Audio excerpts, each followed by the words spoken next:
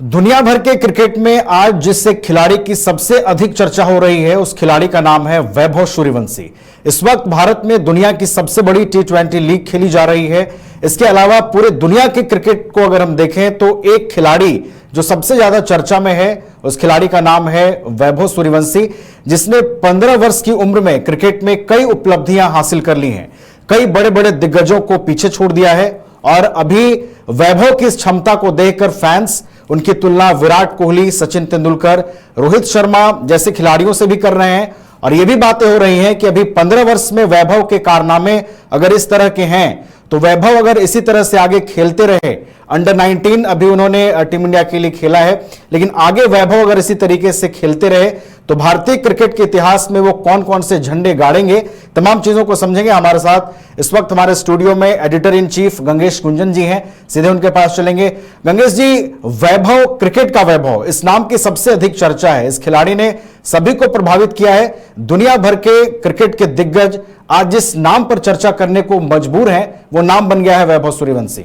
निश्चित रूप से, और सबसे बड़ी बात है कि वैभव सूर्यवंशी आज वो लोग जो सचिन के बाद क्रिकेट देखना जिन्होंने बंद कर दिया था या उन्हें लगता था कि शायद उस पीढ़ी के बल्लेबाज अब दोबारा नहीं देखने को मिलेंगे, वैभव सूर्यवंशी ने उन सबको एक तरह से उम्मीद, उन सब में एक उम्मीद जला दी है, उम्मीद की लौ कि आप क्रिकेट देख सकते हैं और एक नया सितारा उभर रहा है। वैभव सूर्यवंशी भारत के लिहाज से इसलिए भी बहुत महत्वपूर्ण है कि जहां तक लेफ्ट हैंडेड बैट्समैन की परंपरा का सवाल है तो भारत में लेफ्ट हैंडेड बैट्समैन की परंपरा बहुत बड़ी नहीं रही है और बहुत दिनों तक कोई राज करने वाला लेफ्ट हैंडेड बैट्समैन नहीं रहा है।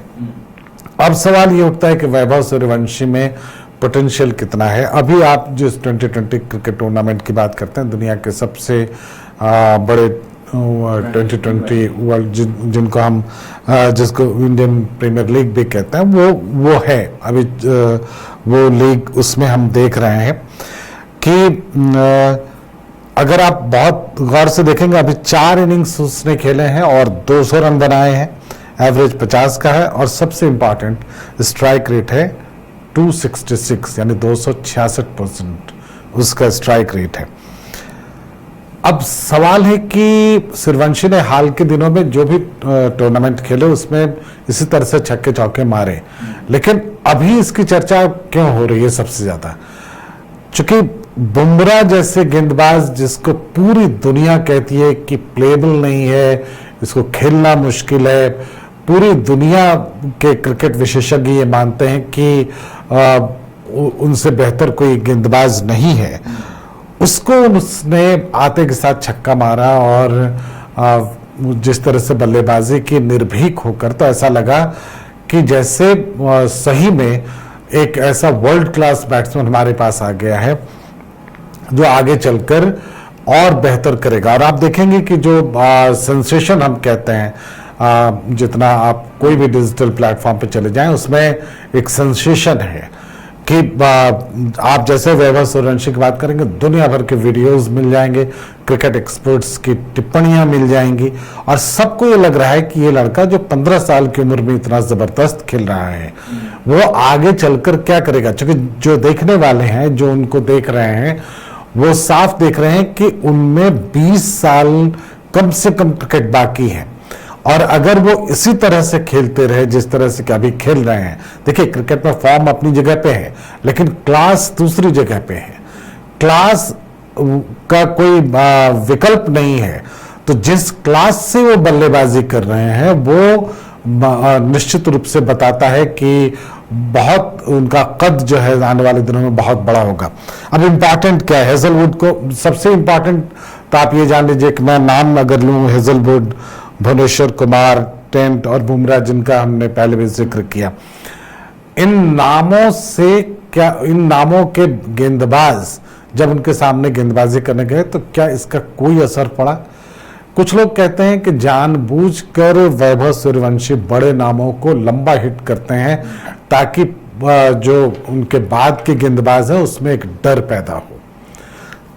ऐसा सचिन भी करते रहे, सचिन जब बल्लेबाजी करने आते थे तो वो जो सबसे ज्यादा आप देखें शेन वॉर्न की बात कर लें या मैकग्रा की बात कर लें, वो जो भी किसी एक गेंदबाज को वो पकड़ते थे उसके बाद उसकी बखिया उधेड़ देते थे वो।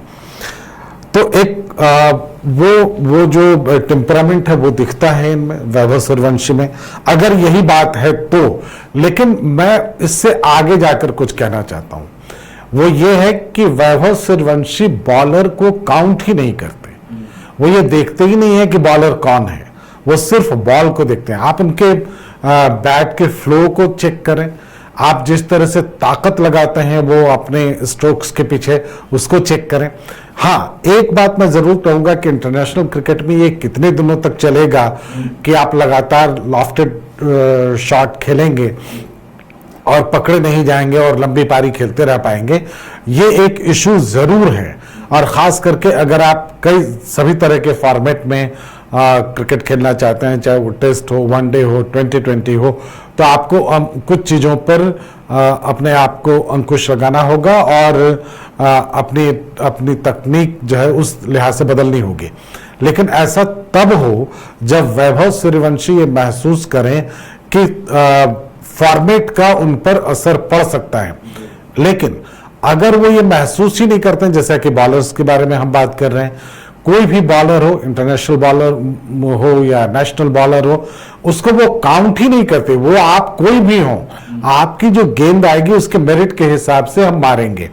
एक इंटरव्यू में उन्होंने कहा भी है, शायद राहुल द्रविड़ से बातचीत करते हुए उन्होंने कहा था कि अगर पहली गेंद लूज आई तो हम तो मारेंगे। तो कहने का मतलब यह है कि वो बॉलर देखते ही नहीं। और हम सब के लिए प्राउड का विषय ये है कि ये बिहार के हैं और हम सभी जानते हैं कि बिहार में क्रिकेट का जो लेवल था या क्रिकेट का जो बीता, हम कह सकते हैं 1 दशक या 1.5 दशक, बहुत अच्छा नहीं था। क्योंकि यहाँ झारखंड क्रिकेट एसोसिएशन तो बन गया था, लेकिन बिहार क्रिकेट एसोसिएशन स्ट्रगल कर रहा था। वो वहाँ लॉबिंग होती थी और मान्यता नहीं मिलती थी और तमाम तरह की बातें थी। लेकिन उस कठिन परिस्थिति में भी अगर वैभव सूर्यवंशी जैसा कोई बल्लेबाज पनपता है तो वो उसका नेचुरल ग्रोथ है, वो कहीं से निकलकर पूरी ताकत के साथ बाहर आया है और वो कहीं कोई कॉम्प्रोमाइज नहीं करने वाला है। तो वैभव सूर्यवंशी एक बल्लेबाज की तकनीक के तौर पर अगर आप देखें, मुझे याद नहीं है कि लेफ्ट हैंडेड कोई भी बल्लेबाज जो इस तरह के स्ट्रोक्स लेता हो। क्योंकि देखिए, मैं कह सकता हूं कि बहुत सारे बल्लेबाज ऐसे हैं जो स्लाइस करते हैं, एक तरह से बॉल को काटते हैं और उससे स्ट्रोक्स बहुत दूर तक, जो गेंदबाज की स्पीड होती है उसके अनुसार उसके फ्लो से वो बाउंड्री के बाहर गेंद चला जाता है। लेकिन उस पर इस तरह के स्ट्रोक्स खेलना जिसमें बल्लेबाज की ताकत दिखे, ये इस तरह का बल्लेबाज इंटरनेशनल सर्किट में भी नहीं है या बहुत कम है। तो इतनी ताकत, और अगर कोई बल्लेबाज स्लैश करने के बजाय सीधा स्ट्रोक लगा रहा है उस पर, तो बहुत साफ है कि गेंद बिल्कुल साफ, उनको बॉलिंग बहुत साफ दिख रही है और वो साइट का कोई प्रॉब्लम नहीं है। और जब तक साइट का प्रॉब्लम नहीं है तब तक उनके फॉर्म को लेकर कोई सवाल खड़ा नहीं कर सकता है, उनका फॉर्म कभी खराब नहीं होगा। तो अगर आप क्रिकेट को समझते हैं, क्रिकेट को जानते हैं, तो आप समझ जाइए कि अगला कुछ वर्ष जो है वैभव सूर्यवंशी को आप देखेंगे अंतर्राष्ट्रीय सर्किट में। और बहुत जल्द, मुझे लगता है कि जितना जल्दी हो उनको अंतर्राष्ट्रीय सर्किट में लेकर आना चाहिए। चूंकि शुरुआती दिनों में एक उम्र को लेकर वैभव की हमेशा चर्चा होती है। अंडर 19 के लिए तो उन्होंने खेला है, उम्र एक बैरियर है, आप इसे मानते हैं? और ये क्या डिले है उनके इंडियन क्रिकेट में डेब्यू करने में? मुझे नहीं लगता है। देखिए, सचिन तेंदुलकर भी जब डेब्यू किए थे तो इससे कुछ ही ज्यादा उम्र रही थी उनकी। अगर आप अंतरराष्ट्रीय, आप डोमेस्टिक सर्किट में या इंटरनेशनल सर्किट में अच्छा परफॉर्म कर रहे हैं तो वो उम्र कोई वजह नहीं होनी चाहिए। और सबसे बड़ी बात है कि अगर इस तरह का खिलाड़ी अपने जो शुरुआती हिकअप्स हैं उनसे बाहर निकलेगा तो वो बहुत दिनों तक भारतीय क्रिकेट की सेवा करेगा। तो उनको निश्चित रूप से एक मौका दिया जाना चाहिए। अब अंतर्राष्ट्रीय सर्किट में लेकर आना चाहिए, सीनियर प्लेयर्स के साथ खेलना चाहिए। अभी तक उनकी बल्लेबाजी में ऐसा कुछ नहीं दिखा है। ये ज़रूर है कि जब वो इंटरनेशनल सर्किट में आएंगे तो इनको लेकर टीमें होमवर्क करेंगी, उनको कैसे आउट करना है, नहीं करना है, वो अपनी जगह पे है। लेकिन ये तय जानिए कि उनके बल्ले पर अगर गेंद आ गई तो वो बाउंड्री के अंदर तो रुकेगी ही नहीं। तो इसलिए वैभव सूर्यवंशी निश्चित रूप से भारत के भविष्य हैं।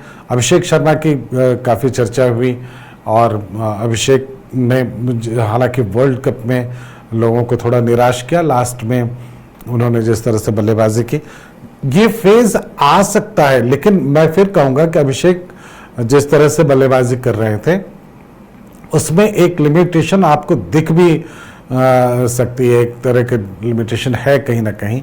लेकिन वैभव सूर्यवंशी में वो लिमिटेशन आप तलाश नहीं सकते हैं। वो जब तक चाहेगा और जितनी ताकत से मारना चाहेगा मारेगा, और उसमें वो कोई कॉम्प्रोमाइज़ नहीं करता है। उसके लिए जो इम्पॉर्टेंट है मेरे ख्याल से वो ये है वैभव सूर्यवंशी के लिए कि वो टेस्ट क्रिकेट के लायक खुद को तैयार कर पाते हैं या नहीं, या 2020 फॉर्मेट में या वनडे क्रिकेट तक अपने आप को सीमित रख पाते हैं। चूँकि इंडिया के पास विकल्प ज़्यादा है तो हो सकता है कि उनको उन्हीं 2 फॉर्मेट में रखा जाए। लेकिन मेरी इच्छा अगर आप पूछें तो मैं ये निश्चित रूप से कहूँगा कि वो क्रिकेट के तीनों फॉर्मेट में बहुत अच्छा खेल सकते हैं। बस वो कैसे अपने आप को ट्रांसफॉर्म करते हैं, कैसे कैसे थोड़ा थोड़ा अपने आप को बदलते हैं, ये बहुत इम्पॉर्टेंट है। फिलहाल तो वो जिस तरह से खेल रहे हैं उतना काफ़ी है।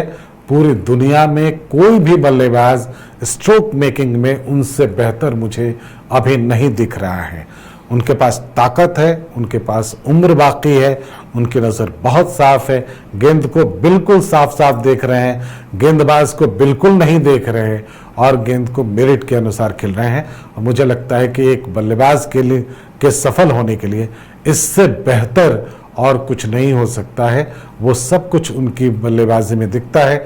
हाँ, ये ज़रूर है, जो एक बात मैं कहना चाहूँगा जिस पर कि बीसीसीआई को भी ध्यान देना चाहिए और मुझे लगता है उनको कोच करने वाले या उनके साथ टीम में रहने वाले उनको भी ध्यान देना चाहिए कि उनको ओवर एक्सपोजर ना मिले। अगर उनको ओवर एक्सपोजर मिलेगा तो आप देखेंगे विनोद कांबली के साथ भी हुआ था। ओवर एक्सपोजर ने विनोद कांबली जैसे मेरिटोरियस, हाँ, उनके जैसे, मैं विनोद कांबली की तुलना पृथ्वी शॉ से नहीं कर सकता। विनोद कांबली बहुत टेक्निकली बहुत स्ट्रांग प्लेयर थे और स्ट्रोक मेकिंग में उनका भी कोई जवाब नहीं था। ये अलग बात है कि जिस ज़माने में वो खेलते थे उसमें सिक्सेस का उतना नहीं था। हाँ, इस जो बाउंड्रीज लगाए जाते थे वो ज़्यादा इम्पॉर्टेंट था। लेकिन ओवर एक्सपोजर किसी भी तरह से किसी खिलाड़ी को अगर मिलता है तो उसकी तकनीक उससे प्रभावित होती है। उसका तकनीक से ज़्यादा मैं कहूँगा कि उनका फोकस एरिया बदलता है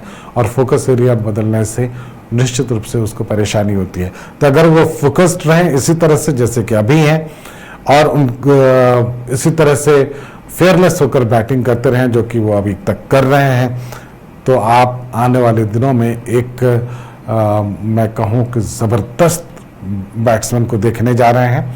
इम्पॉर्टेंट ये है कि सुनील गावस्कर हों, उसके बाद सचिन तेंदुलकर हों, विश्वनाथ हों, विराट कोहली हों, रोहित शर्मा हों, सारे बड़े नाम आप जो बैटिंग में याद करेंगे वो सभी राइट हैंडेड हैं और अभी जिनकी हम चर्चा कर रहे हैं वो लेफ्ट हैंडेड हैं। तो मज़ा आएगा अगर आप उनकी बल्लेबाजी को देखें, उनकी तकनीक को देखें। और सबसे ज़्यादा मुश्किल होने वाली है उनकी विरोधी टीमों को, जो चूँकि वो लेफ्ट हैंडेड हैं और लेफ्ट हैंडेड चूँकि बहुत ऑर्थोडॉक्स होते नहीं हैं, वो निश्चित रूप से उनके लिए नई तकनीक और नए तरह से की गेंदबाजी करनी पड़ेगी। अब ये ज़रूर है कि ऑस्ट्रेलिया और इंग्लैंड जैसे पिचों पर वो कैसा परफॉर्म करते हैं जहाँ गेंदें हवा में मूव करती हैं, वो सब देखना अभी बाकी है। वेस्ट इंडीज़ अगर कभी जाते हैं तो उनकी वहाँ की पिचों पर कैसा करते हैं वो सब देखना अभी बाकी है। लेकिन चूँकि अब अंतर्राष्ट्रीय क्रिकेट बहुत बैटिंग डोमिनेंस पर विश्वास करती है, तो मुझे नहीं लगता है कि बल्लेबाजी में बहुत ज़्यादा कोई फ़र्क पड़ेगा। हाँ, मौसम का कुछ असर हो सकता है, गेंदबाज उनको किस तरह से लेकर रणनीति बनाएंगे, ये सब कुछ बहुत दिलचस्प होने वाला है क्रिकेट के मैदान में। तो अगर आप क्रिकेट के मैदान से ज़रा भी दूर हैं तो एक बार फिर वापस लौटिए, चूँकि सचिन वापस लौटें या ना लौटें, एक खिलाड़ी लौट आया है जो अब आपको क्रिकेट देखने के लिए मजबूर करेगा। चलिए, तो वैभव वो नाम है जो आने वाले दिनों में क्रिकेट में चमक सकता है, भारतीय टीम के लिए क्रिकेट में और नए आयाम जोड़ सकता है, भारतीय क्रिकेट का स्तर और ऊंचा कर सकता है। बहुत बहुत शुक्रिया गंगेश गुंजन जी हमारे साथ जुड़ने के लिए, तमाम जानकारी हम तक पहुंचाने के लिए। बायोम इंस्टीट्यूट नीट की तैयारी के लिए एक भरोसेमंद नाम। यहाँ अनुभवी फैकल्टी, स्मार्ट क्लासरूम और बेहतरीन टीचिंग मेथड से स्टूडेंट्स को मिलती है मजबूत तैयारी। यहाँ हर स्टूडेंट को मिलता है पर्सनल गाइडेंस और डाउट क्लियरिंग का पूरा सपोर्ट। नीट 2027 और 28 के लिए फेज 1 बैच 9 अप्रैल से शुरू हो रहा है। आज ही बायोम इंस्टीट्यूट से जुड़े और अपने डॉक्टर बनने के सपने को दे सही दिशा। बायोम इंस्टीट्यूट सिर्फ मेडिकल प्रिपरेशन का संस्थान।